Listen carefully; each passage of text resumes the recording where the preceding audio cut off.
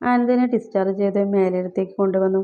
ജാനുമ്മ വീണ്ടും മേലേടത്തേക്ക് ജോലിക്ക് വന്നു. ഭദ്ര ഇടയ്ക്ക് മേലേടത്തേക്ക് പോയി അനന്തനെ കാണും. അല്ലാതെ 2 മിനിറ്റ് കൂടുതൽ സമയം അവൾ അവിടെ ചിലവഴിക്കാൻ ശ്രമിച്ചില്ല. ഇടയ്ക്ക് പാറുവും വരും. അതൊന്നും ഭദ്രയെ ബാധിച്ചില്ല. തരം കിട്ടുമ്പോഴൊക്കെ പാറു ഭദ്രയെ ഓരോന്നും പറഞ്ഞെങ്കിലും അവളതൊന്നും ശ്രദ്ധിക്കാൻ പോയില്ല. കാരണം അനന്തനും ഭദ്രയ്ക്കും പരസ്പരം നന്നായി അറിയാം. എന്നാൽ ഇതിനിടയിലൂടെ മിഥിലയുടെ പെരുമാറ്റം കുറച്ച് സംശയങ്ങൾ ഭദ്രയിൽ ജനിപ്പിച്ചു. അനന്തന് കുറച്ച് ദിവസങ്ങൾ കഴിഞ്ഞപ്പോൾ വീണ്ടും മില്ലിലേക്കും കൃഷിസ്ഥലത്തേക്കും പോവാൻ തുടങ്ങി. കാറിൽ തന്നെയായിരുന്നു യാത്ര. അത് മതിയെന്ന് ഭദ്രയ്ക്ക് നിർബന്ധമാണ്. അവൾക്ക് ചെറുതായി ഭയം തോന്നി തുടങ്ങിയിരുന്നു. പുറത്ത് വെച്ചു കണ്ടാൽ ഭദ്രയും അനന്തനും പരസ്പരം അധികം ശ്രദ്ധിക്കാറില്ല.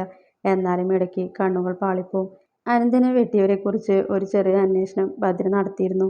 ദേവമാഷിന്റെ സഹായത്തിൽ രാജശേഖരന്റെ കൂടെയുള്ള ഗുണ്ടകളെ കേന്ദ്രീകരിച്ചായിരുന്നു കൂടുതലും. ദേവമാഷിന് താല്പര്യമില്ലെങ്കിലും അത്ര സമയം ഭദ്ര കൂടെ ഉണ്ടാവുമെന്ന ചിന്ത അവനെല്ലാം ചെയ്തു കൊടുത്തു. അന്നൊരു ഞായറാഴ്ച ഇതുപോലെ ദേവമാഷ് വിളിച്ച് ഒരു സ്ഥലത്തു കൂടി അന്വേഷിക്കാനുണ്ടെന്ന് പറഞ്ഞപ്പോൾ ഭദ്ര വരാമെന്ന് പറഞ്ഞു. മാഷ് ഒറ്റയ്ക്ക് പോയിക്കോളാമെന്ന് പറഞ്ഞ് ഫോൺ വെച്ചു. ഭദ്രയ്ക്ക് വല്ലാത്ത നിരാശ തോന്നിയിരുന്നു. അവൾ തുളസിയില ഒരു ഇല നുള്ളി മേലേടത്തേക്ക് നോക്കി. തന്നെ ബാൽക്കണിയിൽ നിന്ന് പുരികം ചൊളിച്ച് നോക്കുന്ന അനന്തനെയാണ് ഭദ്ര കണ്ടത്. അവൾ പെട്ടെന്ന് അവന്റെ നോട്ടം കണ്ട് ചിരി വന്നു. അവൾ ഉള്ളിലേക്ക് കയറാൻ നിന്നപ്പോഴാണ് മിഥി സ്കൂട്ടിയിൽ വന്നത്. ഭദ്ര ഉള്ളിലേക്ക് കയറാതെ അവിടെ തന്നെ നിന്നു. മിഥി പുഞ്ചിരിയോടെ ഉള്ളിലേക്ക് കയറുന്ന കണ്ട ഭദ്രയും അവളുടെ പുറകെ ഉള്ളിലേക്ക് ചെന്നു. ഹാളിലിരിക്കുന്ന അനന്തന്റെ ഫോട്ടോ എടുത്ത് ചുണ്ടോട് ചുംബിക്കുന്ന കണ്ടാണ് ഭദ്ര അങ്ങോട്ട് കയറിയത്. ഭദ്ര ചെറുതായി ഞെട്ടി. മുമ്പേ സംശയം തോന്നിയിരുന്നെങ്കിലും അങ്ങനെയൊന്നും ആവില്ലെന്ന് കരുതി. മിഥി തിരിഞ്ഞു നോക്കാതെ മുകളിലേക്ക് നടന്നു. ഭദ്രയുടെ സമാധാനം നഷ്ടപ്പെട്ടിരുന്നു. അവൾ മുകളിലേക്ക് ചെന്നു. അനന്തന്റെ നെറ്റിയിലെ മുറിവിൽ തൊട്ട് അവനെ ഉപദേശിക്കാണ് മിഥി. ഭദ്രയ്ക്ക് വല്ലാത്ത ദേഷ്യം തോന്നി. അനന്തേട്ടനോട് ഒരു കാര്യം പറയാനുണ്ട്. ഗൗരവത്തോടുകൂടിയ അവളുടെ ശബ്ദം കേട്ട് അനന്തൻ സംശയത്തോടെ വാതിൽക്കലേക്ക് നോക്കി. മിഥി ഭദ്രയെ നോക്കി പുഞ്ചിരിയോടെ പുറത്തേക്ക് ഇറങ്ങി. എന്താ ഭദ്രേ? അനന്തൻ അവളുടെ അടുത്തേക്ക് ചെന്നു. അത് ഞാൻ പറഞ്ഞാൽ വിശ്വസിക്കോ എന്നൊന്നും എനിക്കറിയില്ല. പക്ഷെ പറയാതിരിക്കാൻ പറ്റുന്നില്ല. എന്താടി? അനന്തന്റെ നെറ്റി ചുളിഞ്ഞു. അവൻ ഒന്നുകൂടെ അവളുടെ അരികിലേക്ക് നീങ്ങി. അത് നീ മനുഷ്യനെ ടെൻഷനാക്കാതെ കാര്യം പറയ്. പാർവതിയെപ്പോലെ തന്നെയാ മിഥില നിങ്ങളെ കാണുന്നത്. എനിക്ക് തോന്നുന്നതല്ല, ഞാൻ കണ്ടതാ. അനന്തന്റെ മുഖം ഗൗരവമായി.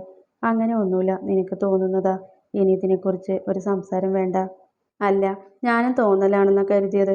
പക്ഷേ ഇന്ന് ഞാൻ കണ്ടതാ നിങ്ങളുടെ ഫോട്ടോ എടുത്ത് ഉമ്മ വെക്കുന്നത്. അവൾ പറയുന്നത് കേട്ട് അനന്തൻ ചിരിച്ചു. ഓ അതാണോ? അത് അവൾ വന്നപ്പോഴേ പറഞ്ഞു ഫോട്ടോസ് മൊത്തം പൊടിയാണെന്ന്. അതിലൊരെണ്ണത്തിൽ നല്ല പൊടി ഉണ്ടായിരുന്നു. അതാ അവൾ ഊതിക്കളഞ്ഞത്. അല്ല അനന്തേട്ടാ, ഞാൻ കണ്ടതാ. ഭദ്രേ, ഈ കാര്യം നമുക്ക് ഇനി സംസാരിക്കേണ്ട. നീ പോവാൻ നോക്ക്. അപ്പോൾ അനന്തേട്ടന് ഞാൻ പറഞ്ഞത് വിശ്വാസമില്ലേ? നിന്നെ വിശ്വാസം ഇല്ലാഞ്ഞല്ല, നീ അവളെ കണ്ട് തെറ്റിദ്ധരിക്കുന്നതാ. എനിക്ക് ശരിയായ ധാരണ തന്നെയാ. ഭദ്രേ, നീ പോവാൻ നോക്ക്. മനുഷ്യനെ ഭ്രാന്താക്കാതെ. ഭദ്ര പോവാതെ അവിടെ തന്നെ നിന്നു. ഭദ്രേ, നീ പോ. ഇപ്പോൾ സംസാരിച്ചാൽ ഇനി ശരിയാവില്ല. പോവാം. ഭദ്ര അതും പറഞ്ഞ് പുറത്തേക്ക് ഇറങ്ങുമ്പോൾ കണ്ടു പുഞ്ചിരിയോടെ നിൽക്കുന്ന മിഥിലയെ. ഒന്നും വിശ്വസിച്ചില്ല അല്ലേ? അവൾ ചിരിയോടെ പറഞ്ഞതും ഭദ്ര പുച്ഛിച്ചു. ആട്ടിൻതോലിട്ട ചെന്നായെ എന്നെങ്കിലും അങ്ങേര് മനസ്സിലാക്കും. അവൾ താഴേക്കിറങ്ങി. മിഥി പുഞ്ചിരിച്ചു. അവളെല്ലാം കണ്ടതാ.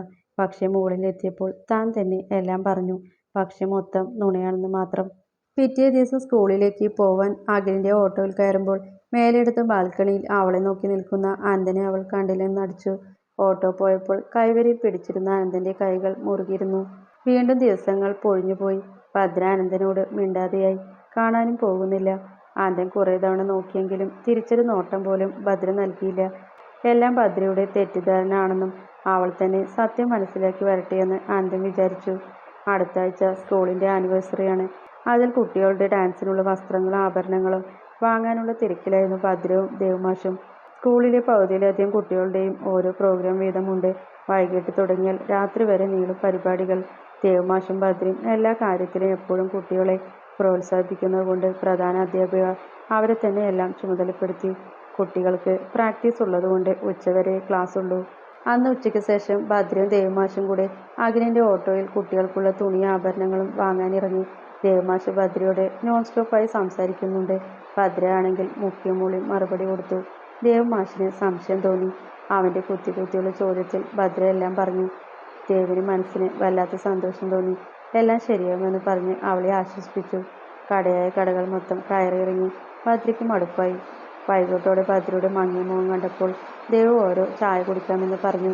ദേവ് ചെറിയൊരു ഹോട്ടലിലേക്ക് ക്ഷണിച്ചെങ്കിലും വഴിയരികിലെ ചെറിയൊരു തട്ടുകടയിലേക്ക് ഭദ്ര കയറി. പുറത്തു തന്നെ ഇട്ടിരുന്ന ഒഴിഞ്ഞ ബെഞ്ചിൽ അവളിരുന്നു. അഖിലിനോട് ചോദിച്ചപ്പോൾ അവൻ വേണ്ടെന്ന് പറഞ്ഞ് ഓട്ടോയിൽ തന്നെ ഇരുന്നു. ഭദ്രയ്ക്കൊരു സ്വസ്ഥതയില്ല. മിഥിലയുടെ വിജയച്ചിരിയേക്കാളും ഭദ്രയെ തളർത്തിയത് അനന്തൻ തന്നെ വിശ്വസിക്കുന്നില്ലല്ലോ എന്നോർത്താണ്. ദേവ് ചായ നീട്ടിയപ്പോഴാണ് ഭദ്ര ചിന്തയിൽ നിന്നും ഉണർന്നത്. അവൾ പുഞ്ചിരിയോടെ ചായ വാങ്ങി. ചിയേഴ്സ്. ദേവ് ചായ ഗ്ലാസ് തമ്മിൽ മുട്ടിച്ചു. ഭദ്ര അതിന് തിരിച്ചു. ചായ ഒന്ന് മുത്തി കുടിച്ചുകൊണ്ട് അവളുടെ നോട്ടം പോയത് നേരെയാണ്. അവളൊന്ന് ഞെട്ടി. ബുള്ളറ്റിൽ ചാരി നിൽക്കുന്ന അനന്തൻ. അവൻ്റെ നോട്ടം തനിക്ക് നേരെയാണ്. ആ കണ്ണുകളിൽ വല്ലാത്ത അഗ്നി. അതിൽ തന്നെ ചുട്ടിരിക്കുന്ന പോലെ തോന്നി ഭദ്രയ്ക്ക്. തെറ്റ് ചെയ്യാതെ തന്നെ അവളിൽ ചെറിയൊരു ഭയം ഉടലെടുത്തു. പുഞ്ചിരിയോടെ അടുത്തിരുന്ന് സംസാരിക്കുന്ന ദേവിനെ അവൾ ഉമിനീരിറക്കിക്കൊണ്ട് നോക്കി. ഭദ്രയ്ക്ക് ദേവിനോട് അനന്തൻ നോക്കി നിൽക്കുന്നത് പറയണമെന്ന് തോന്നി. പക്ഷെ ആളെവിടെ നിർത്തുന്നു? ആള് നോൺ സ്റ്റോപ്പാണ്. ദേവ് മാഷെ.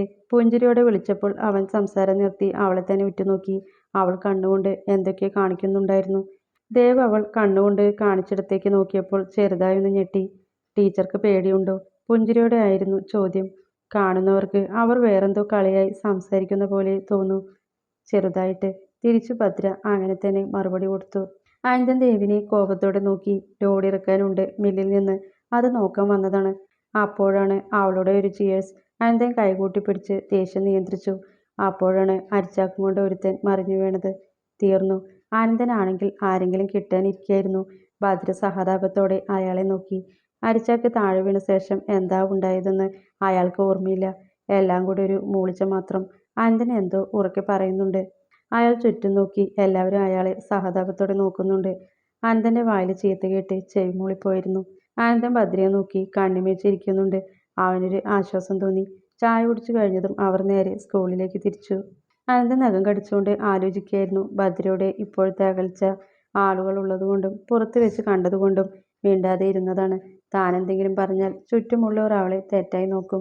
അതൊരിക്കലും അവളെ സംശയിച്ചുകൊണ്ടല്ല. പക്ഷെ എന്തോ ഇന്നത്തെ കാഴ്ച. ഭദ്രയെ കാണുമ്പോൾ ദേവിൻ്റെ കണ്ണുകളിലെ തിളക്കം, ടീച്ചേഴ്സിൻ്റെ അടക്കിപ്പിടിച്ച സംസാരം എല്ലാം തനിക്ക് അറിയാം. എല്ലാ ലോഡും ഇറക്കിക്കഴിഞ്ഞു. ഇനി സ്കൂളിലേക്കാണ്. ആനിവേഴ്സറി പ്രമാണിച്ച് കുറച്ചധികം വേണ്ടിവരും. സ്കൂളിൽ ചെന്നപ്പോൾ ഭദ്ര ഉണ്ടായിരുന്നു. ഡ്രസ്സെല്ലാം കളക്ട് ചെയ്ത് സെറ്റ് ചെയ്യാണ്. കൂട്ടിന് 2 ടീച്ചർമാരുണ്ട്. അനന്തൻ അവളെ തന്നെ നോക്കി നിന്നു. വളരെ സന്തോഷത്തോടെയാണ് സംസാരം. സംസാരിക്കുമ്പോൾ കാതിലാടുന്ന ജിമിക്ക് കമ്മലുകൾ പ്രത്യേക ഭംഗി നൽകുന്നു. ഇന്ന് നേരത്തെ പോവണോ ടീച്ചറെ? ലളിത ടീച്ചർ ചോദിച്ചു. ഏയ്. ഭദ്ര പറഞ്ഞു തിരിഞ്ഞതും കണ്ടത് അനന്തനെയാണ്. ആ, വേഗം പോവണം. അതാ നല്ലത്. അതെന്താ ടീച്ചറെ? ഏയ്. ഭദ്ര വേഗം ഇറങ്ങി. അടുക്കളയുടെ ഭാഗത്ത് നിന്ന് അനന്തൻ അവളെ നോക്കി. ഭദ്ര അഖിലിൻ്റെ ഓട്ടോയിൽ കയറുന്നത് അവൻ കണ്ടു. പിന്നെ 5 മിനിറ്റ് എടുത്തു ലോഡ് മൊത്തം ഇറക്കാൻ. അനന്തന് മനസ്സിന് ഒരു സുഖം തോന്നിയില്ല. ലോഡ് ഇറക്കി കഴിഞ്ഞിട്ടും അവൻ സ്കൂളിൽ തന്നെ ഇരുന്നു. എല്ലാവരും തിരക്കിലാണ്. അവൻ വണ്ടിയെടുത്ത് പുറത്തേക്കിറങ്ങി. കണ്ടെത്തി സ്റ്റേജ് റെഡിയാക്കുന്നുണ്ട്. സഹായിക്കാൻ കുട്ടികളുമുണ്ട്. ദേവമാഷ് ഭദ്രയോട് മിണ്ടുന്ന പോലെ മറ്റാരോടും മിണ്ടുന്നില്ലെന്ന് അവൻ ശ്രദ്ധിച്ചു. അത് തന്നെയാണ് മനസ്സ് അസ്വസ്ഥമാവാൻ കാരണം. ഭദ്ര സന്ധ്യയ്ക്ക് തുളസിത്തറയിൽ വിളക്ക് കൊളുത്തുമ്പോൾ അനന്തൻ മുകളിൽ നിന്നും നോക്കി നിന്നു. എന്താ മോള് കുറച്ച് ദിവസമായി ഇങ്ങോട്ട് വരാത്തെ? നിങ്ങൾ തമ്മിൽ എന്തെങ്കിലും പ്രശ്നമുണ്ടോ? ശങ്കരൻ ചോദിച്ചു. അനന്തൻ തിരിഞ്ഞു നോക്കി. ഏയ്. ചെറിയൊരു പിണക്കം. അതേപടി അവൻ തിരിഞ്ഞു നിന്നു. മാമയോട് പറഞ്ഞാൽ മാമ ഭദ്രയെ വെറുത്താലോ? മിഥിക്ക് കല്യാണമൊന്നും നോക്കുന്നില്ലേ മാമ? അവൾക്ക് ഈ നാട്ടിൽ തന്നെ മതിയെന്നാ പറയുന്നേ. അവളുടെ പഠിപ്പിന് പറ്റിയ ആരുണ്ട് ഈ നാട്ടിൽ? ശങ്കരൻ ഒന്ന് നെടുവീർപ്പിട്ടു. അതൊക്കെ നമുക്ക് നോക്കാം. ഇനിയിപ്പോൾ ഡോക്ടറായില്ലേ, അധികം താമസിപ്പിക്കണ്ട. ആ, എന്നാൽ നോക്കാമല്ലേ? ഞാൻ ആ നാരായണേട്ടനോട് പറയാം. ആള് നല്ല ബ്രോക്കറാണ്. ശങ്കരൻ്റെ മുഖത്ത് ഒരു തെളിച്ചമുണ്ടായി. അയാൾ പിന്നെ ഒന്നും മിണ്ടാതെ ഇറങ്ങി. അങ്ങനെയെങ്കിലും ഭദ്രയുടെ സംശയം മാറട്ടെ എന്ന് അനന്തൻ കരുതി. രാവിലെ മുതൽ നല്ല ബഹളമാണ്. നാളെയാണ് ആനിവേഴ്സറി. അതിൻ്റെ ഒരുക്കങ്ങളുടെയാണ് ബഹളം. ഇപ്പോഴും സ്റ്റേജ് വർക്കൊന്നും തീർന്നിട്ടില്ല. ഒരു ഭാഗത്ത് കുട്ടികളുടെ പ്രാക്ടീസ് വേറെ. അനന്തൻ ഉച്ചയ്ക്കേ വരുന്നുള്ളൂ എന്ന് ശങ്കരനോട് പറയുന്നത് കേട്ടു. ഭദ്ര കുറേ നേരമായി ശ്രദ്ധിക്കുന്നു. മനേജ് മാഷിന് രാവിലെ തൊട്ടേ ഒരു തട്ടലും മുട്ടലും. ഇടയ്ക്ക് വയറിൽ കൈതട്ടുന്ന പോലെയും അവൾക്ക് തോന്നി. ഉച്ചയ്ക്ക് നല്ല തലവേദന തോന്നി. ഒരു പാരസെറ്റമോൾ കഴിച്ച് അവൾ ഡെസ്കിൽ തലചായ്ച്ച് കിടന്നു. ആരോ അവളുടെ തലയിൽ മെല്ലെ തഴുകി. അനന്തനാണെന്ന് കരുതി അവൾ മിഴികൾ തുറന്നില്ല. ഇടയ്ക്ക് കൈകൾ കവളിലേക്ക് അമർത്തിയിറങ്ങുന്ന പോലെ തോന്നിയതും ഭദ്ര ചാടി എഴുന്നേറ്റു. മുന്നിൽ വഷളം ചിരിയോടെ മനോജ് മാഷ്. താൻ എന്തോടെ കാണിക്കുന്നേ? ഭദ്രയ്ക്ക് ദേഷ്യം വന്നു. ഏയ്, ബഹളം വെക്കണ്ട. ടീച്ചറിനെ ഒന്ന് തലോടാൻ കുറേയായി ആഗ്രഹിക്കുന്നു. അതുകൊണ്ടല്ലേ? ടീച്ചർ ദേവമാഷിന് മാത്രമേ തലയോടെ നിന്നു കൊടുക്കൂ. എത്രയാണെന്ന് വെച്ചാൽ പറഞ്ഞാൽ മതി. പറഞ്ഞു തീരും മുമ്പ് കവിളിൽ അടി വീണിരുന്നു. അടിയുടെ ശബ്ദം കേട്ട് മറ്റ് ടീച്ചേഴ്സും കുട്ടികളും ഓടി വന്നു. ഇനി ഒരിക്കൽ കൂടി താൻ ഇമ്മാതിരി വർത്താനം പറഞ്ഞാൽ ഭദ്ര ചൂണ്ടുവിരൽ ഉയർത്തി പറഞ്ഞു. അവൾ കിതപ്പോടെ ചുറ്റും നോക്കി. ഒരുവിധം എല്ലാവരുമുണ്ട് അനന്തനൊഴിച്ച്. അവൾ കാറ്റുപോലെ പുറത്തേക്ക് പോയി. മനോജ് കൈ കവിളിൽ വെച്ച് എല്ലാവരെയും നോക്കി. ഭദ്രയ്ക്ക് ദേഷ്യവും സങ്കടവും വന്നിരുന്നു. അവൾ ഓഫീസിൽ പോയി ബാഗുമെടുത്ത് വേഗം ഇറങ്ങി നടന്നു. ഓട്ടോ വിളിക്കാനൊന്നും നിന്നില്ല. നടക്കുമ്പോൾ കണ്ടു. കണ്ടത്തിൽ നിന്ന് സ്റ്റേജിലും പന്തലിനും നിർദ്ദേശം കൊടുക്കുന്ന ആനന്ദന് ഒരു കറുപ്പ് കളർ ഷർട്ടായിരുന്നു. അതിൽ പകുതിയും വിയർപ്പ് നനഞ്ഞ് ഒട്ടിയിരിക്കുന്നു. ഇടയ്ക്ക് വീശുന്ന കാറ്റ് ഒരാശ്വാസമാണ്. ആനന്ദനെ കണ്ടതും കാലുകളുടെ വേഗത കുറഞ്ഞു. വേറെന്തോ വികാരം വന്ന് മൂടുന്നു. ഓടിപ്പോയി അവൻ്റെ നെഞ്ചിൽ ചായണമെന്ന് തോന്നി. ഒന്ന് കരയണമെന്ന് തോന്നി. പക്ഷെ കഴിയുന്നില്ല. ഭദ്ര നോട്ടം മാറ്റി വേഗം നടന്നു. പന്തൽ മുറുക്കിക്കെട്ടാൻ പറഞ്ഞ് തിരിഞ്ഞപ്പോൾ കണ്ടു ഭദ്ര വേഗത്തിൽ പോകുന്നത്. ഇതെന്താ ഈ നേരത്ത് അവൾ പോകുന്നതെന്ന് ചിന്തിച്ചു നിൽക്കുമ്പോഴാണ് സ്കൂളിൽ നിന്ന് ശങ്കരമാമ വന്നത്.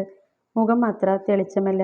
എന്താ മാമി ചോദിച്ച് 2 നിമിഷം കഴിഞ്ഞാണ് എന്താ ഉണ്ടായതെന്ന് മാമ പറഞ്ഞത്. ആനന്ദൻ വേഗത്തിൽ സ്കൂളിലേക്ക് നടന്നു. വേണ്ട അനന്ത വേണ്ട, ശങ്കരൻ പറഞ്ഞു. വേണ്ടെന്നാ എൻ്റെ പെണ്ണിനെ കയറി പിടിച്ചിട്ട്. ശങ്കരൻ പിടിച്ചു കൈ കുടഞ്ഞുകൊണ്ട് അനന്തൻ ചോദിച്ചു. നിന്റെ പെണ്ണാണെന്ന് നിനക്ക് മാത്രമേ അറിയൂ. ബാക്കി ആർക്കെങ്കിലും അതറിയോ? അവർ വിശ്വസിക്കോ? അവർ വേറെ രീതിയിൽ വ്യാഖ്യാനിക്കും. ഇതാ ഞാൻ പറഞ്ഞത്. വേഗം ആ കെട്ട് നടത്താൻ. അപ്പോൾ പിന്നെ മേലെടുത്ത അനന്തൻ്റെ പെണ്ണിനെ തൊടാൻ പോയിട്ട് നോക്കാൻ പോലും ആർക്കും ധൈര്യമുണ്ടാവില്ല. ശങ്കര ഉപദേശം പോലെ പറഞ്ഞതും അനന്തൻ നിന്നു. എന്നാലും വിട്. അവനുള്ളത് അവൾ കൊടുത്തല്ലോ. പിന്നെന്താ, നമുക്ക് സൗകര്യം പോലെ അവനെ കിട്ടും. ആനന്ദന് ദേഷ്യം അടങ്ങുന്നില്ല. ഭദ്രയ്ക്ക് ഷവറും താഴെ നിന്നിട്ടും ചുട്ടുപൊള്ളുന്ന പോലെ തോന്നി. കണ്ണുകൾ വീണ്ടും നിറയുന്നു. ഇതുവരെ ഒരു ആണിനോടും ഒരു തരത്തിലുള്ള ഇഷ്ടം തോന്നിയിട്ടില്ല. ആദ്യമായാണ് ആനന്ദേട്ടനോട് പോലും. അനന്തനെ ആലോചിക്കുമ്പോൾ മനസ്സൊന്ന് ശാന്തമാവുന്നത് അവൾ അറിഞ്ഞു. തലവേദന കുറയുന്നില്ല. കുളിച്ച് വസ്ത്രം മാറി അവൾ വേഗം ഒരു ഗ്ലാസ് കട്ടനിട്ടു. ചൂടോടെ അത് ഊതി കുടിക്കുമ്പോൾ തലവേദനയ്ക്ക് ശമനം കിട്ടും. അമ്മയിൽ നിന്ന് കിട്ടിയതാണ്. വെള്ളം തിളച്ചപ്പോൾ അതിലേക്ക് 1/2 ടീസ്പൂൺ തേയിലയും പഞ്ചസാരയും ഇട്ട് ഇറക്കി. ഗ്ലാസ്സിലേക്ക് അരിച്ചു പകർത്തുമ്പോഴാണ് വാതിലിൽ ശക്തമായി മുട്ടുകേട്ടത്. അവൾ ചെറുതായി ഞെട്ടി. എന്തിനോ ഒരു ഭയം അവളെ വന്ന് മൂടി. ഭദ്രേ. വാതിലിൽ ആഞ്ഞു തട്ടുന്നതിനിടയ്ക്ക് കേൾക്കുന്ന വിളിയും അവളുടെ കാതുകളിൽ പതിഞ്ഞു. അവളുടെ കണ്ണുകൾ പെട്ടെന്ന് നിറഞ്ഞു. മെല്ലെ ചെന്ന് വാതിൽ തുറന്നു. അനന്തന് ക്ഷമകെട്ടിരുന്നു. വാതിൽ തുറന്നതും അവൻ ആകാംക്ഷയോടെ അവളെ നോക്കി. കണ്ണുകൾ നിറഞ്ഞിരുന്നു. അവളുടെ ചുണ്ടുകൾ വിറയ്ക്കുന്നുണ്ട്. ഭദ്രേ. മൃദുലമായി അനന്തൻ വിളിച്ചപ്പോഴേക്കും ഭദ്ര കരഞ്ഞുകൊണ്ട് അവനെ പുണർന്നിരുന്നു. അനന്തൻ്റെ കൈകളും അവളെ പുണർന്ന് മുറുകെ തന്നെ. ഭദ്ര ഏങ്ങലടിച്ച് കരയുന്നുണ്ട്. സാരല്ലടി, നീയൊന്ന് കൊടുത്തില്ലേ? അനന്തൻ പറഞ്ഞിട്ടും ആ ഏങ്ങലടികൾക്ക് ശമനമുണ്ടായില്ല. ഡീ, ഞാൻ നിന്നെ കെട്ടട്ടെ? അനന്തൻ മൃദുലമായി ചോദിച്ചതും ഭദ്രയുടെ ഏങ്ങലടികൾ നിന്നു. അവൾ മുഖം അവൻ്റെ നെഞ്ചിൽ അമർത്തി കൈകൾ ഒന്നുകൂടെ ഇറുക്കെ പുണർന്നു. അനന്തൻ്റെ നീളമുള്ള സ്വർണ്ണമണിമാല ഭദ്രയുടെ മാറിൽ അമരുന്നുണ്ടായിരുന്നു. അവൻ്റെ വിയർപ്പുമണം അവൾക്ക് ചുറ്റും നിറഞ്ഞു.